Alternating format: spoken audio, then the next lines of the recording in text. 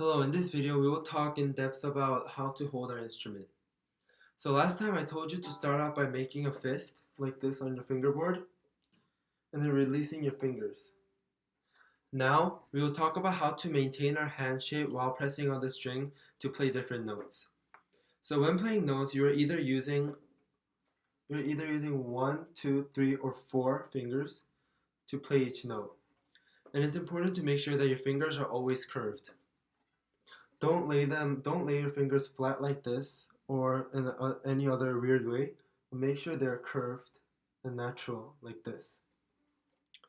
Also, make sure that your wrist when holding your instrument, make sure your wrist isn't sticking out like this or towards your instrument, but instead keep them flat and straight, like this.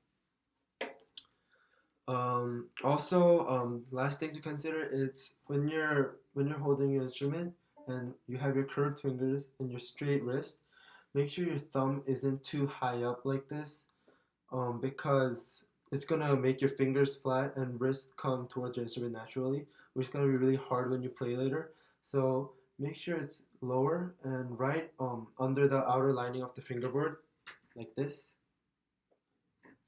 and because if you keep that position, your wrist can be straight, and your fingers can play comfortably in a curved manner.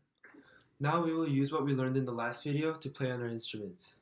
To recap on how to hold the bow, first make the rabbit hands like this, then place your thumb, and then cover the frog, then just place your last two fingers above your bow like this, keeping this natural position.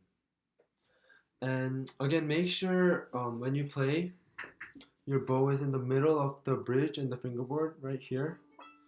And when you're playing, try to keep your bow as parallel as possible to the bridge. So if the bridge is like this, make sure it's parallel and right in the middle of the bridge and fingerboard like that. Now we will play some notes.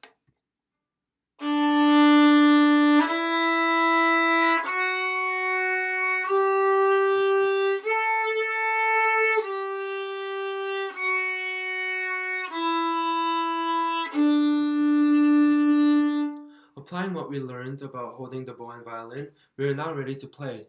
As you know by playing right now, it is very challenging at first, so it is essential that you constantly practice. So today we reviewed and learned about how to hold the violin and our hand position when playing notes. So always remember to keep a straight wrist and curved fingers when practicing, and I'll see you in the next video.